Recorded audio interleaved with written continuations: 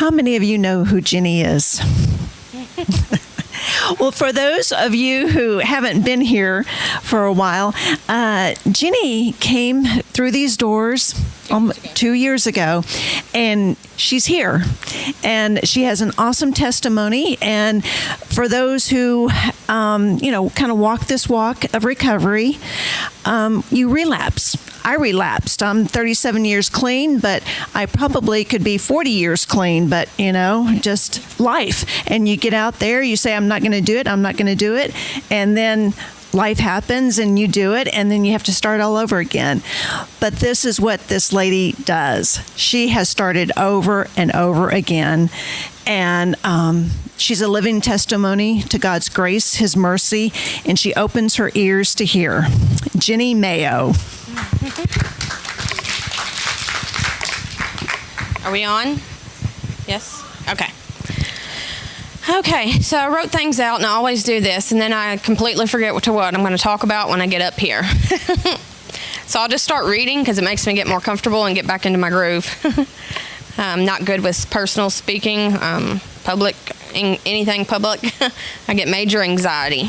And it's even worse because, as I've gotten closer to God, I've seen and read through the Bible, and it says that the devil will use what are your worst defects to keep you from sharing your testimony and talking about Him.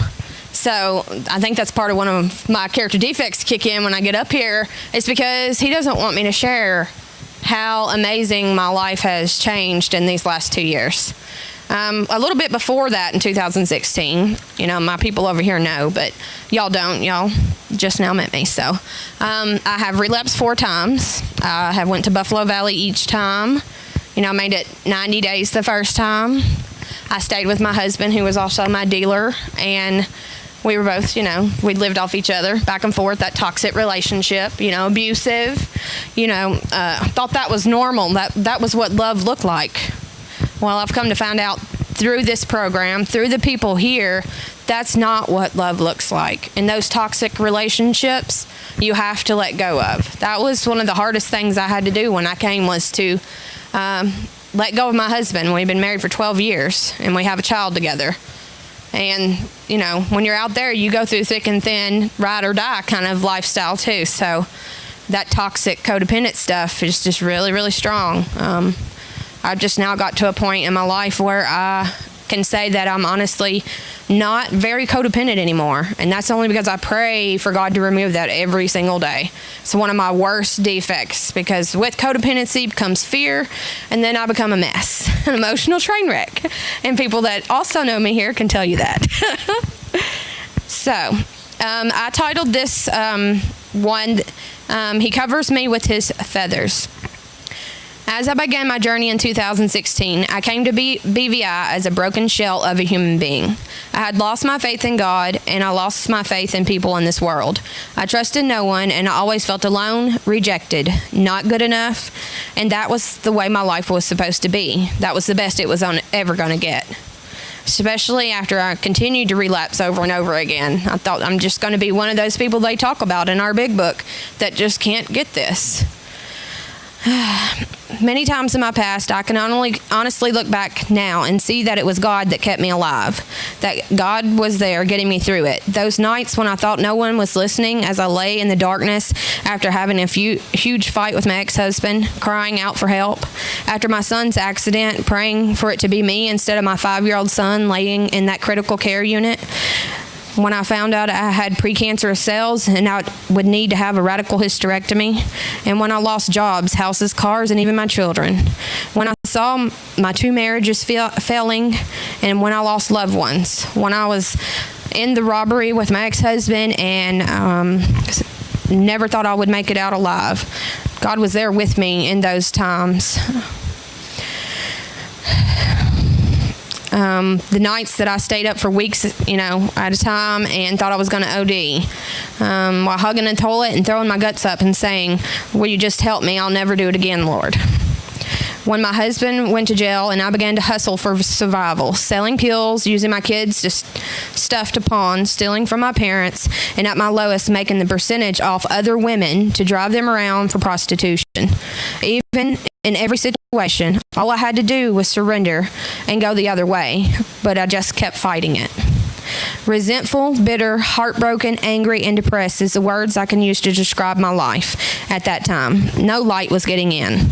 I had lost trust in my family, and I had given up on God, for it seemed He didn't hear my prayers.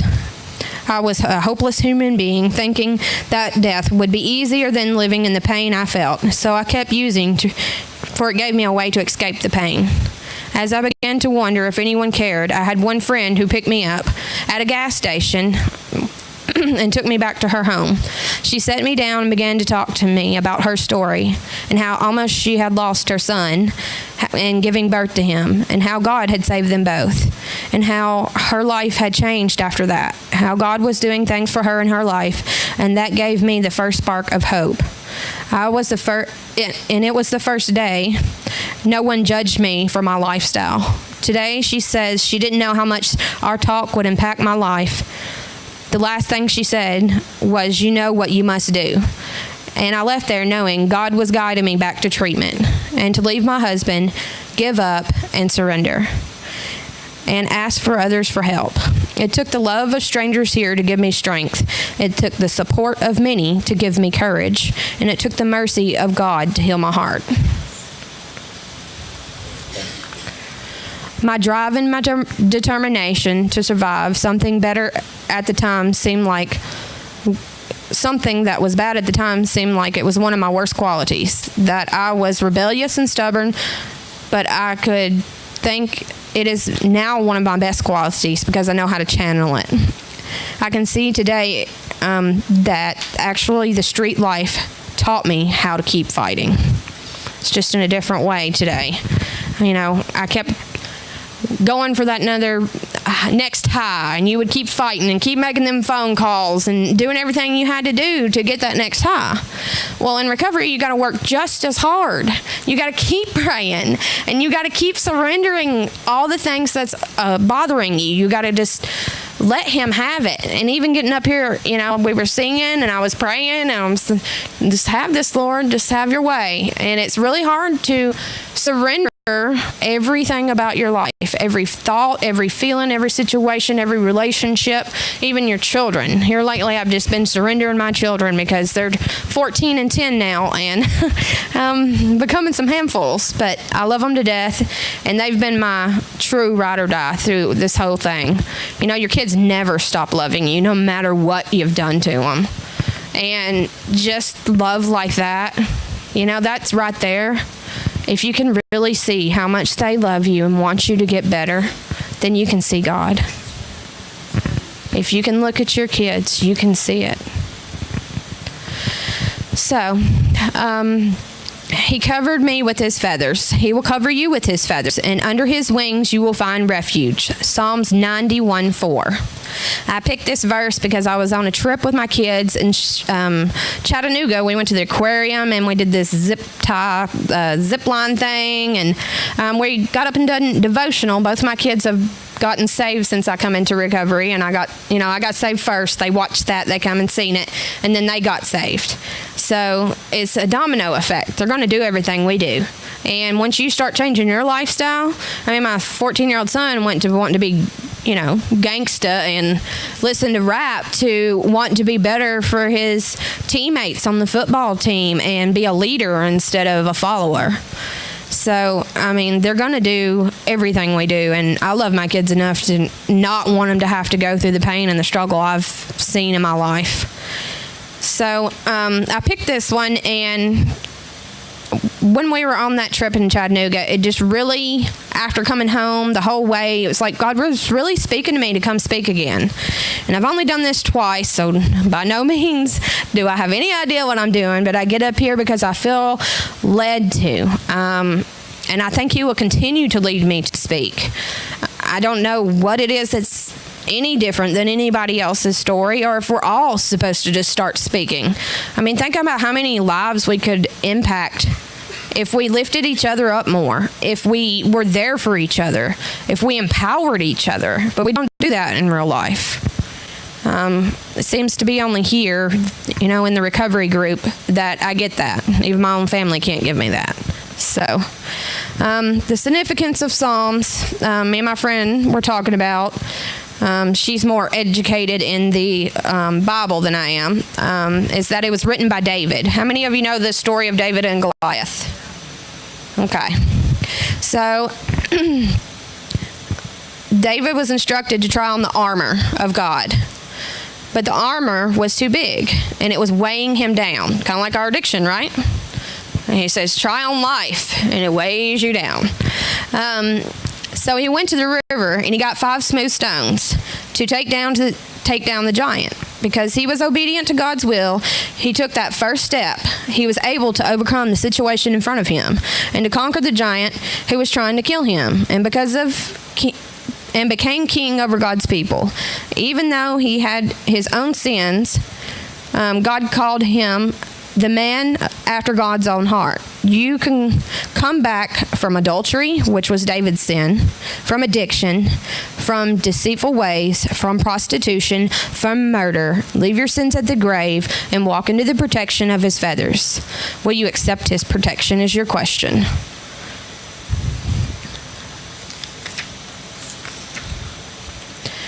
So some of the things I was thinking about discussing is questions that always came to my mind. You know, I grew up going to church and believing in God, but I don't think I really had a relationship with him until working the steps.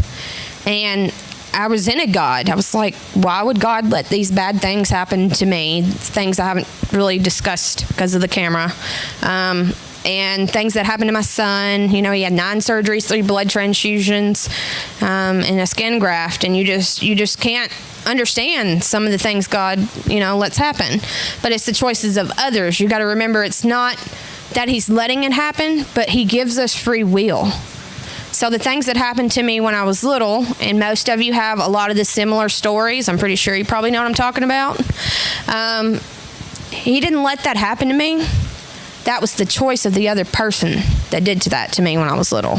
So we'll leave it at that. But the questions that came to my mind always was, do I ever wonder how God could allow so much evil to happen? Do I ever wonder if God is even there? Do you not understand why your prayers go unanswered?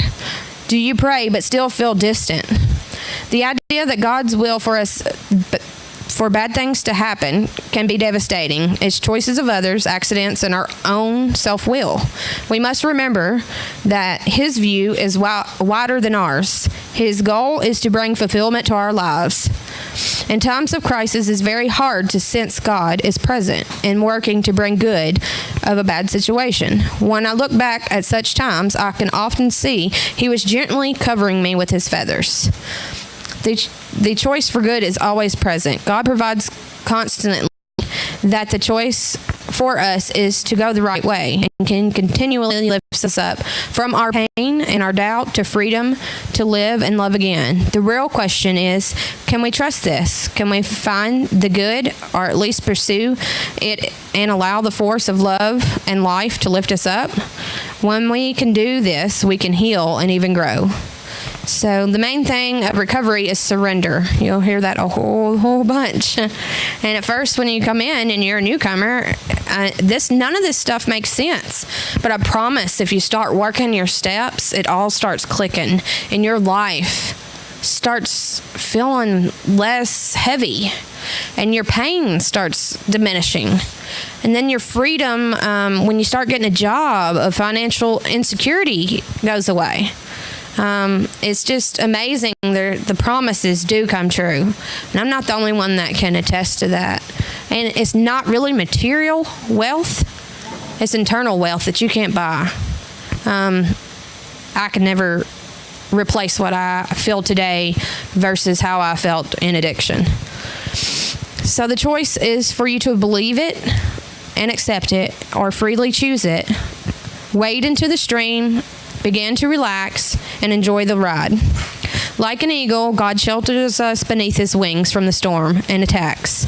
The image is powerful, yet also tender. How wonderful it is to be tucked right up against him, absorbing his warmth and grace. So I brung peacock feathers, I set them behind me, for everyone. And if I can find it, I wrote.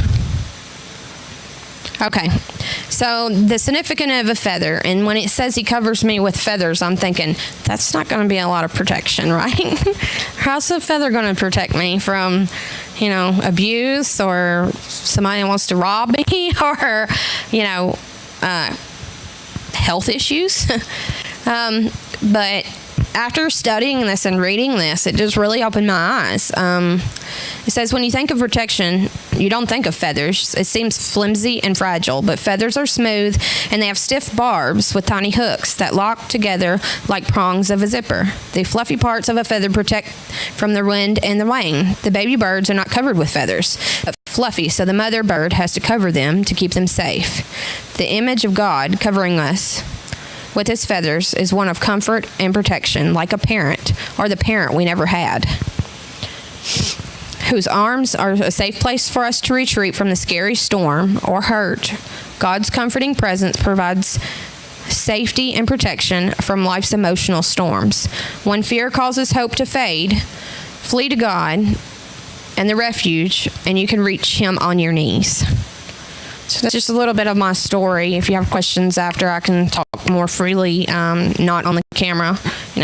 Step 8 is to injure them or others. So I know that some of my family watches, and they have watched since I've started speaking, but there's some things that my family doesn't need to know, nor my children, even though they lived it with me. They rode in the car while I sold pills. They panhandled with me at the gas stations. They've seen most of it, but there's still things they don't need to know. So, so I brung the feathers because when I first came here, God's not tangible. So it's hard when I started trying to believe again in something that I can't touch, feel, see. And then when you're in so much pain, when you first come back into these rooms, you can't even, I'll speak for me, I couldn't even feel God.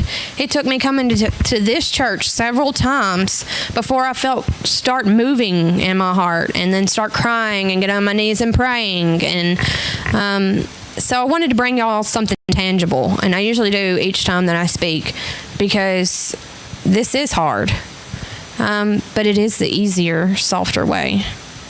I would never trade my life today for any of that in the past.